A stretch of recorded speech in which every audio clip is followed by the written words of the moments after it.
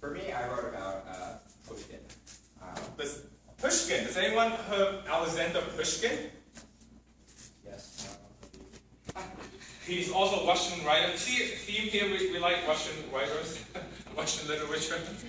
Okay? So this is the first sentence from Isaac's essay, Pushing for Change. Okay? Basically, he showed off his knowledge of Pushkin. Okay? So, hey, it must have worked. So, Isaac, do you remember why you want to do this, write about literature and not math or physics in your essay? Well, I lived in Russia for 4 years as during middle school, so I had a lot of background experience, and I planned on capitalizing on this fact that I'm like American-born Chinese Russian. Like, that's just something that you don't find every day, or maybe ever. Like, have you ever met a Chinese Russian? Right, so we try to use Isaac's strength, okay? Of course, you know, a lot of people apply to top schools like Harvard, math and science, STEM majors. But since, you know, Isaac didn't have those national awards, we have to take a different angle to showcase, you know, his skills, okay? So that just shows you, if you're a STEM student and you don't have national awards, you must use literature because that may be your only chance to get into top schools. Again, Harvard, Yale, Princeton, and Stanford, historically, they are liberal arts schools. In fact, Isaac, you go to Harvard College, right? Not Harvard University. Correct. Harvard College was founded in 1636. That's the college he goes to. Okay? Undergrad is Harvard College. Okay? So, now, in fact, now Isaac, at Harvard, did you meet a lot of classmates from private high schools, boarding schools like Phillips, Exeter, Andover? Too many. Too many. Now, has anyone heard of these schools? Andover, Phillips, Exeter. You heard of them? Good. These are schools that rich people in the East Coast, like George Bush and Kennedy, send their kids. Boarding schools. And each year they send a lot of kids to Ivy League, Harvard. Has Harvard heard of Seychelles? So, Andover and Phillips Exeter, they also 300 years old. Okay, and they read, what do they read? They read a book that Harvard wants them to read, which is Russian literature. That's why each year 10, 20 people go to Harvard, Yale from those private schools, those classmates. Okay?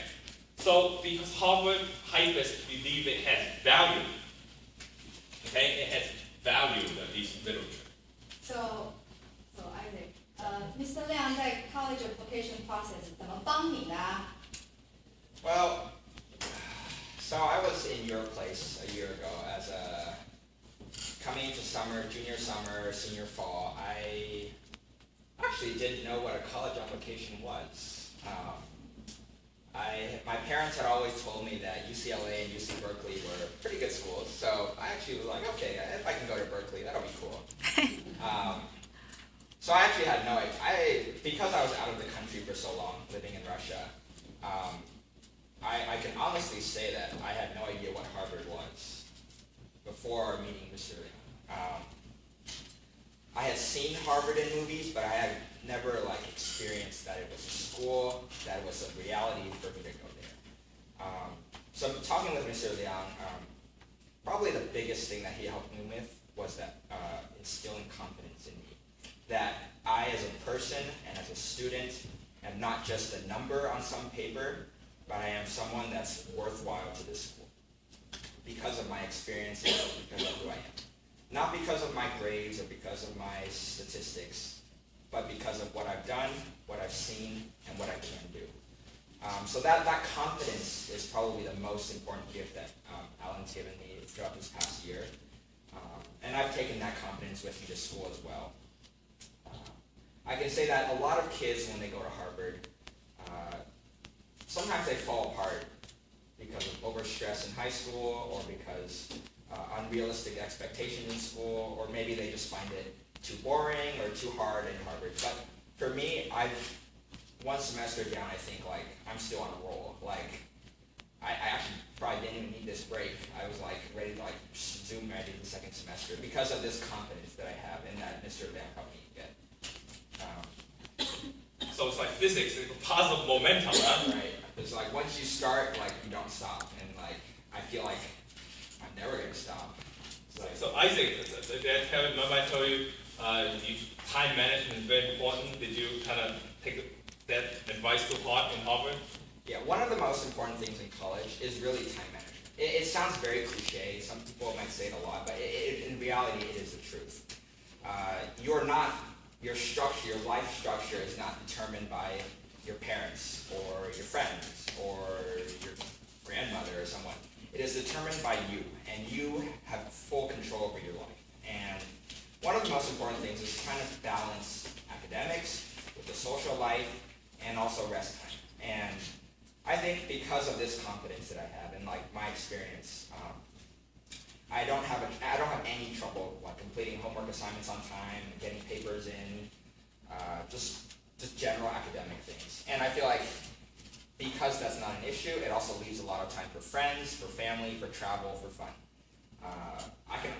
Just in this past semester, it's only been 4 months, but I've been to 8 different states and 7 different cities.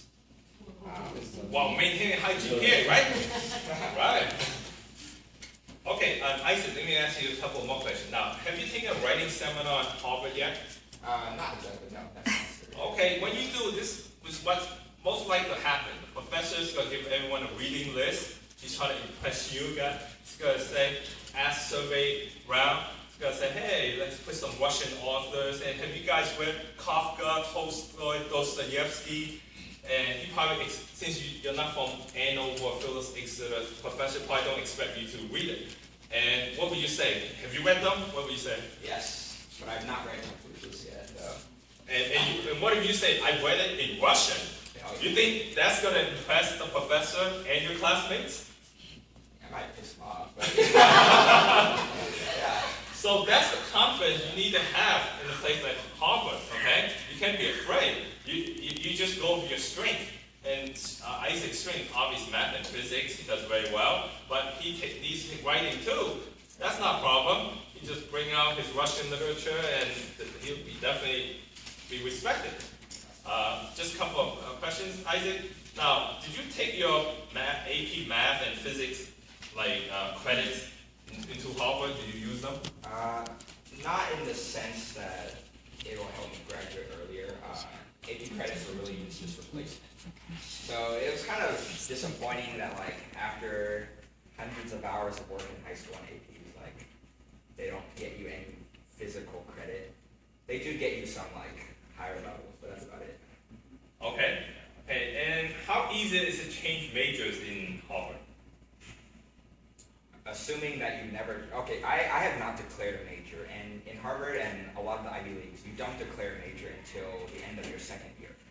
So, because you haven't chosen a major yet, I guess you don't really change, you just pick one. So it's really easy to... So maybe for application, the major you put in front for survey purposes, they don't really mean as much as people think then. Correct. Yeah, for private schools, the major on the application is not binding at all. So. Okay. Okay, lastly, can you have some advice for the juniors and seniors in the audience? Well, were there any juniors or seniors? Oh, okay. Yeah. Who's applying to college pretty soon, you know? One thing I can say is that, like, to emphasize on the summer program is, like, that is crucial. I cannot, like, I've had friends who spent their summer tutoring SAT or whatnot, and it's like, it's all good for you, but it's not meaningful for your college experience. It's just like, would you rather talk about, like, how you did research in a foreign country, living in, like, a hut in the middle of Africa, versus I was stuck in Elite or somewhere doing SAT. It's like, your time is very limited, and you have to capitalize and make the most of that time. So I would definitely recommend for summer, if you have the opportunity, definitely like get out, explore the world. Because the thing about college is that you are exiting your little bubble of Irvine or wherever you're from, and you are entering like a the real world. It really is. Like, if you're going to Harvard, you're going to see kids from all over the world. So it is like a micro world in a sense. And having more worldly experience will definitely get you far in life. And if it's possible to get out and explore, yeah. Okay, thank you, Isaac. Let's give him a big round of applause.